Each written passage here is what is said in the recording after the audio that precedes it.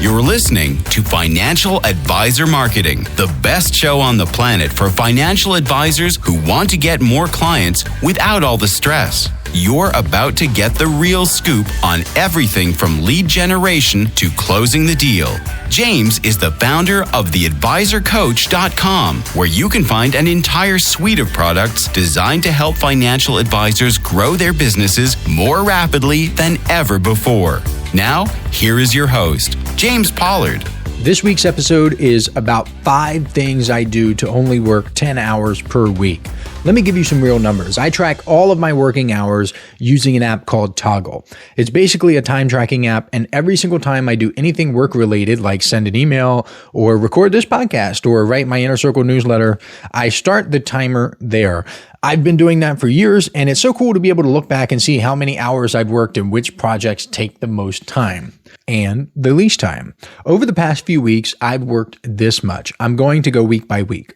11 hours and 14 minutes, 10 hours and 51 minutes, 5 hours and 54 minutes, 13 hours and 26 minutes, and 5 hours and 26 minutes.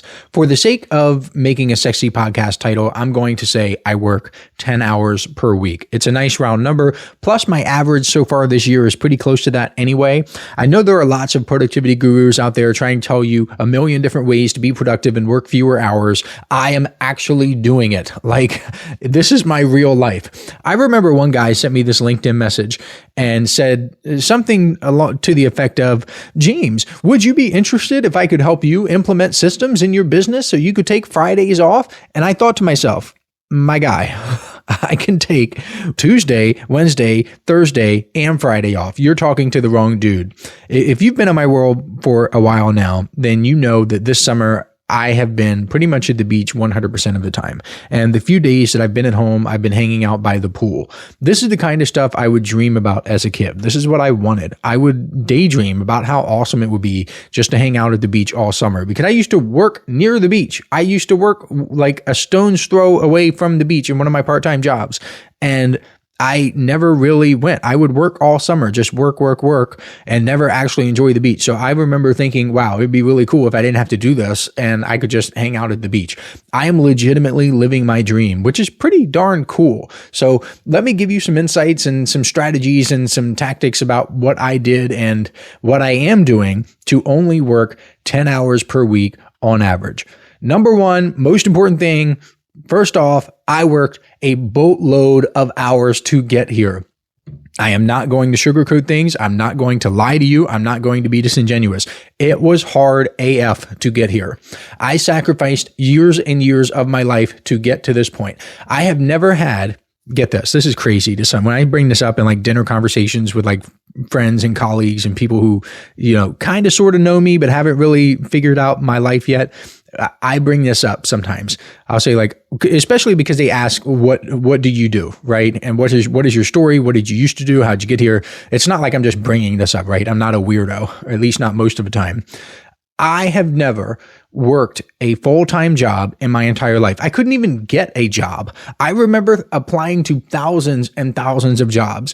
I probably did, and this is not an exaggeration, 100 plus phone calls of like the phone interviews and in-person interviews. I did 100 plus of those, at least 100. I got rejected from every single one. I don't even know why. Whatever the reason, I was a loser, straight up.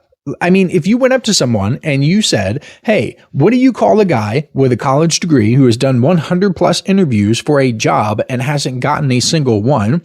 The answer would be a loser. It's okay. It doesn't offend me. It is what it is. I'm okay. I call a spade a spade. I was a loser at that point in my life. One of the reasons I'm telling you this is because I want you to know, if I can do it, you can do it too. If you have the ability to get a full-time job, you are already miles ahead of me. You are miles ahead of where I was at that point in my life. You have some sort of skill or ability that I obviously didn't have, because it just was not clicking for me. I would put my best foot forward. I'd try to make a great first impression. Maybe that was the problem. Maybe I was trying too hard. I would dress well. I would be articulate. I'm a pretty I can, I can do my thing. I can get in there. I can shake my tail feather and I can, well, hey, whatever. Don't take job advice from me because I am like the worst person to take job advice from because I've never had a full-time job in my entire life. So I had to hustle. I remember getting turned away from entry-level customer support roles. But then again, I can't blame him there. So good job for rejecting me. I mean, can you imagine me doing customer service? I'd probably be like, did you try unplugging it and plugging it back in, moron? So good move on their parts for not hiring me for those roles. But other roles I should have gotten. At least that's how I feel. Now, I have had various part-time jobs and gigs over the years. I worked at a clothing store. I worked at a shoe store. I worked at a casino, which was a ton of fun. And I have a lot of crazy stories from those days, but never a full-time job. And I don't want to get all metaphysical on you, but I believe that we become what we think about.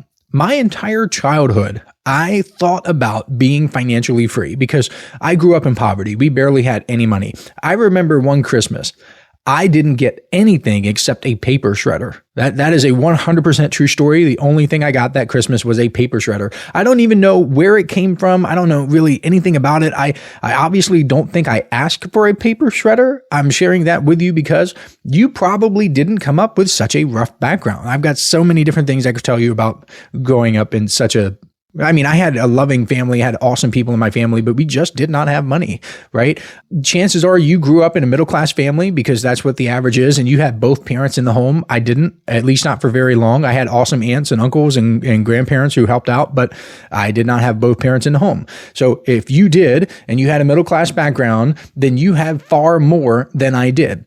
Anyway, I used to dream about being financially independent. So it felt like an unseen hand was pushing me away from these full-time jobs because deep down, I knew I couldn't achieve the financial freedom I wanted working a job. I understood if I only made $50,000 per year, then I would have living expenses and a car and health-related costs and student loan debt to repay and all of the stuff.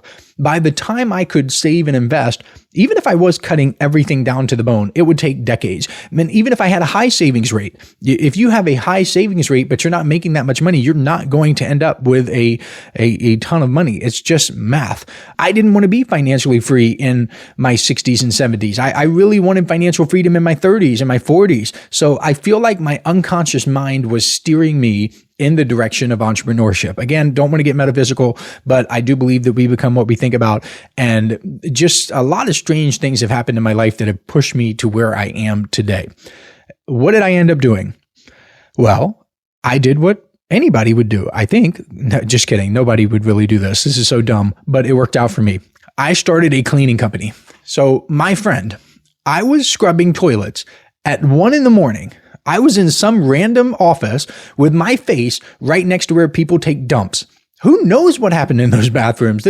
These people would eat Chipotle and just blow it up, and it was my job to clean it. Does that sound glamorous to you? No? Good, because it wasn't. But I got paid, and I was making more money per hour than any of the jobs I applied for. Right? That was an awesome feeling. That was like, I was on top of the world when I figured that out. When I realized I was making more money per hour, I was making more money than the person who would have hired me. I was making more money than the boss's boss. I spent years building this business and using my marketing skills to grow it. And this is just one of the things I was doing, by the way. Along the way, I obviously started the advisor coach because advisors wanted to learn my marketing skills too.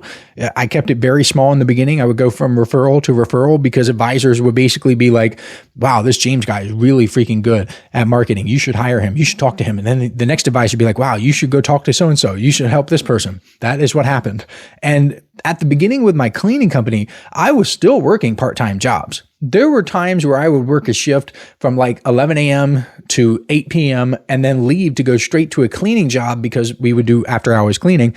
And I might not get home until 2 or 3 or sometimes even 4 o'clock in the morning just to go to sleep and do it all over again the next day. There was no free time. I worked. I didn't have time to go out and blow money. I had to save money because that was my circumstance. I didn't really do anything. This period of time in my life was one of the best periods, but it was also one of the worst periods because it practically ruined my health, which brings me to the second reason. So this is the second reason why I'm able to work 10 hours per week. Logistically, one of the reasons I'm working so few hours is because I'm spending a lot more time focused on my health this year.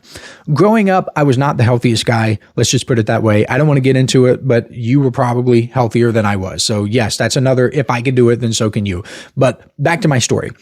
One of my part-time jobs was at the casino, and one of the perks I got while working there was a free buffet credit every day, meaning I could go to the casino buffet and eat anything I wanted. That sounds pretty awesome, right? Well, actually, not everything I wanted. They would have certain things like prime rib or crab legs or lobster tail, and you couldn't have that. The peasants who worked there could not have the fancy food, but you got everything else except for the prime number one entree that they were offering that night, okay? But I could have anything else. Well, I did, and I ate a little too much of it, and I got fat. So to make matters worse, I sometimes didn't remember. I didn't go home between shifts and cleaning. So the only options available to me were fast food, because even if I packed my food, I didn't really have a place to store it because there were so many people in the casino. My little lunch, if I brought a lunch bag that was insulated, it didn't keep it cold long enough, the food would get bad. And I didn't have a place to put it in the fridge. So fast food was really my only option. I'm not trying to say that and then have people think, oh, well, you could have done this. No, you could have done that. Trust me, I've thought about packing my lunch, or I thought about packing my dinner. I thought about meal prep. I've done all of the things, right? I'm telling you, the real only thing available at that time was fast food, especially that late at night. Okay, where am I going to go at 1 a.m.? Taco Bell, the 24-hour McDonald's that we used to have that we don't have anymore.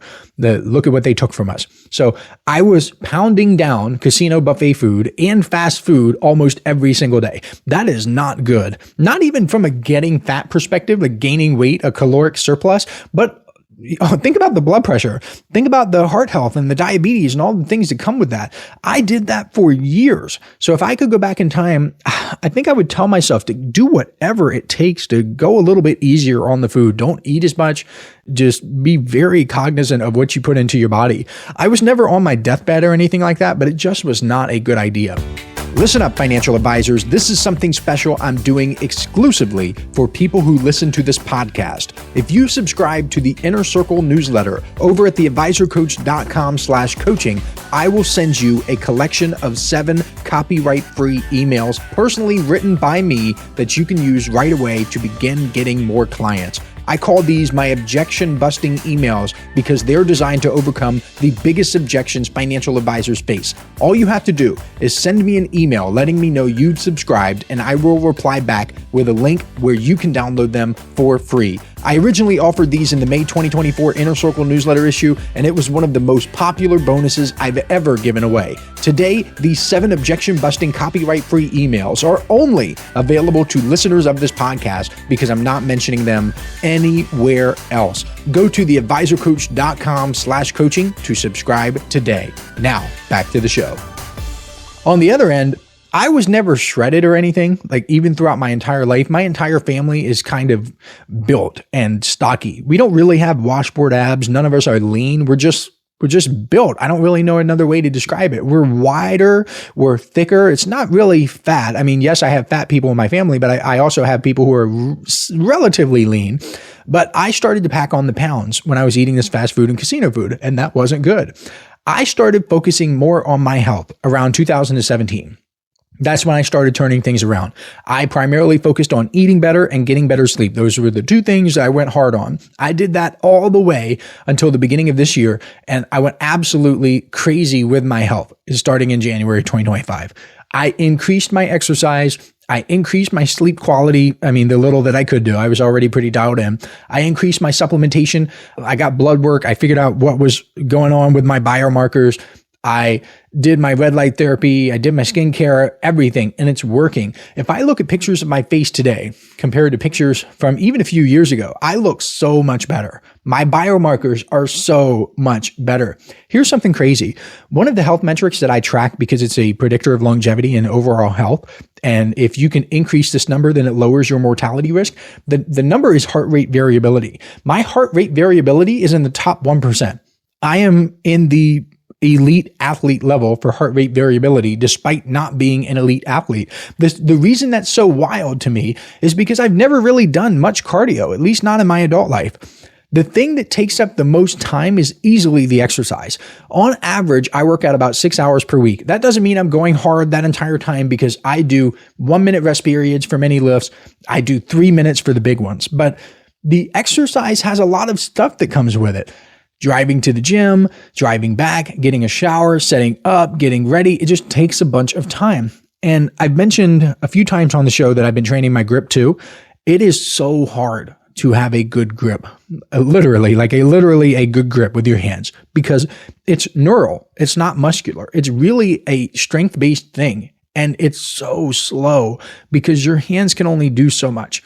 But just today, I got a brand new grip implement called the Little Bighorn, and it's meant to mimic the horn of an anvil, like a blacksmith's anvil. That stuff is hard. Most blacksmith anvils weigh between 100 and 200 pounds, and grabbing it by the end like that is no easy task. But it is fun for me. I like doing it. I enjoy it. But goodness gracious, does it take a ton of time. My point here, I know I'm rambling a bit, but I want to just stress this.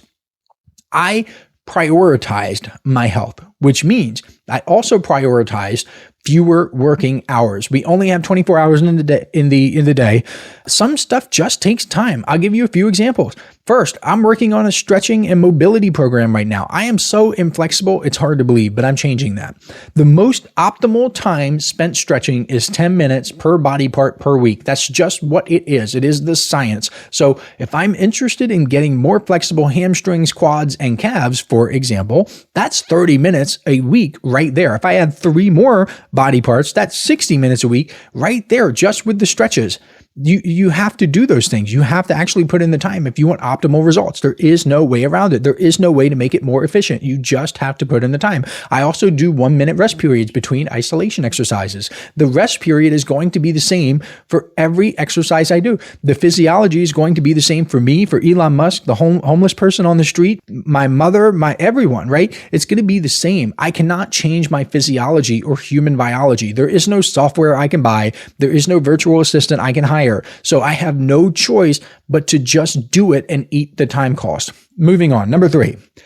Another thing I did, so I only have to work 10 hours per week, is my time tracking. I mentioned this earlier, but I want to stress it again. The reason my time tracking has been so critical is because I can do a forensic analysis of what I did and how long it took. If I can go back and look at a report and see that I worked 14 hours a week, but 1 hour wasn't even necessary, I could just get rid of it. Then I can cut something else and I can cut something else and I become a little bit more efficient here and so on. And that's how it works. I wouldn't have made as much progress if I did not have a tracking system in place. Time tracking is one of the most important things you can do if you want to become more productive because you need to know where your time is going. You need to have a long-term, unbiased, accurate view of what you're doing so you can make changes that move the needle in your life and in your business. Number 4, I have built systems in my business. I talk about this all the time on the show, so I won't belabor it here, but email marketing is a system. Online advertising is a system. Direct mail is a system. All of those things work for me either largely or completely independently of my time. I recently sent out another 5,000 direct mail pieces. It took me maybe 10 minutes to do it. That is a system. If you're a financial advisor in the United States, there is a very high probability you have received a piece of mail from me. That's a pretty cool feeling. It's awesome knowing I can walk into a room of financial advisors anywhere in America and know that it is a statistical certainty that at least one has either seen me online or has received something from me in the mail. That is awesome. I love that. Now, of course, it took time to build these systems, but if you build the systems, then once they're built, they don't take that much effort. I think like an investor, how much time does it take to invest $1 million? A long time, right? I mean, maybe a couple years, maybe if you're earning a ton of money, maybe shorter than that, it could take decades. But the time is going to pass anyway.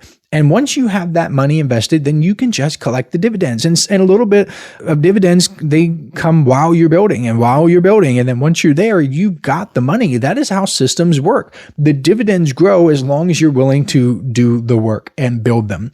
And finally, number 5, I have trained myself to be a sprinter, not a marathon runner. Most people approach their work like they're training for a marathon. I think, just to clarify, I think your business, your goals, your progress, all that, I think that should be a marathon. I think you should keep your eye on the ball for decades, not just a few months or a few weeks. I think you should think long-term. right? But when it comes to the nitty gritty, actually doing the work and using your mind and your body and your energy and pouring that into your business, you should be a sprinter. So people think like marathon runners when they drag tasks out, they multitask, they check email 25 times a day. They think, oh, I've got to get this done and I get this done. So they stretch a 90-minute task into 6 hours. That is a broken way of thinking, because here's the thing. You can't just stretch these tasks out. If time is a finite resource, then it's foolish for you to take longer than necessary. Just because you can take all day doesn't mean you should. I treat my working hours like a sprint. If I sit down to write an email, that is all I am doing. I don't have any distractions, no phone, no checking stats, no just quickly browsing social media, none of that. I have trained myself to be 100% locked in for short bursts of time. That is the key. When I record a podcast, I sit down, I record. I don't mess around with setup for an hour. I don't rehearse 20 times trying to make it perfect. I get it done. When I write a newsletter issue, I give myself a strict block of time. I sprint, I get in, I get out. And not to go off on a tangent, but that actually has been far more successful for financial advisors, because they want the information, they want something applicable, they want something that they can implement in their business right away. And it's easier for me to give them that being a sprinter than being a marathon runner. Because if I'm a marathon runner, I give them something super deep and philosophical and absolutely earth shattering. And quite frankly, it can be overwhelming for a lot of people. So with the newsletter, with the inner circle, me being a sprinter actually is better for financial advisors anyway. This approach forces me to focus. There's a huge difference between being busy and being productive and being effective. You've probably heard the quote, work expands to fill the time available for its completion. That's Parkinson's law, and I fight it by giving myself less time on purpose. If I told myself I had to work 40 hours per week, I'd fill it with nonsense. But if I tell myself I only have 10 hours, I start cutting the fluff. I eliminate, I delegate, I ask myself, does this really move the needle? And if the answer is no, it goes bye-bye. I say, adios thing, I'm not going to do it anymore. This sprinter mindset helps me a ton. I don't create content every day. I might sit down for 2 hours, knock out a bunch of content at once. Then I'm done for the week or the month. And that's really cool. I do the same thing with email marketing. I do the same thing with ads. I do the same thing with newsletter prep. You name it. It is a sprint, rest. That is the cadence. So there you have it. We're going to wrap this episode up. Those are 5 things I do to work just 10 hours per week. And remember, this is not theory. This is not some productivity hack I found on a blog or something I read in a book and decided to try. This is real life. These are the exact things I have done and am doing to create a business and lifestyle that I love. I'm not saying you should aim to do this. I'm not saying that you should do any of this. I'm not saying you should do anything I ever recommend on this podcast. That's not the point. The point is to build your life the way you want it. Work backwards from the life you actually want and make decisions accordingly. That's what I did. And if it sounds like something you want, just know that's possible. But you've got to be willing to figure out what works for you and what you want and how you're going to get there. Most importantly, you have to take ownership. That's what it is. Nobody's coming to save you. Nobody is going to hand you your financial freedom on a silver platter. If you want more time, you want more income, more peace, more whatever, it is on you. The good news is, if I can do it, someone who literally couldn't get hired for entry-level jobs, the biggest loser you've likely ever met in your entire life, you can do it too. You just have to want it badly enough. Thank you for listening. If you got some insight from this episode, share it with another financial advisor who needs to hear it. And if you haven't already, go to theadvisorcoach.com. Check out the stuff I've got there for you. And I will catch you next week. This is thepodcastfactory.com.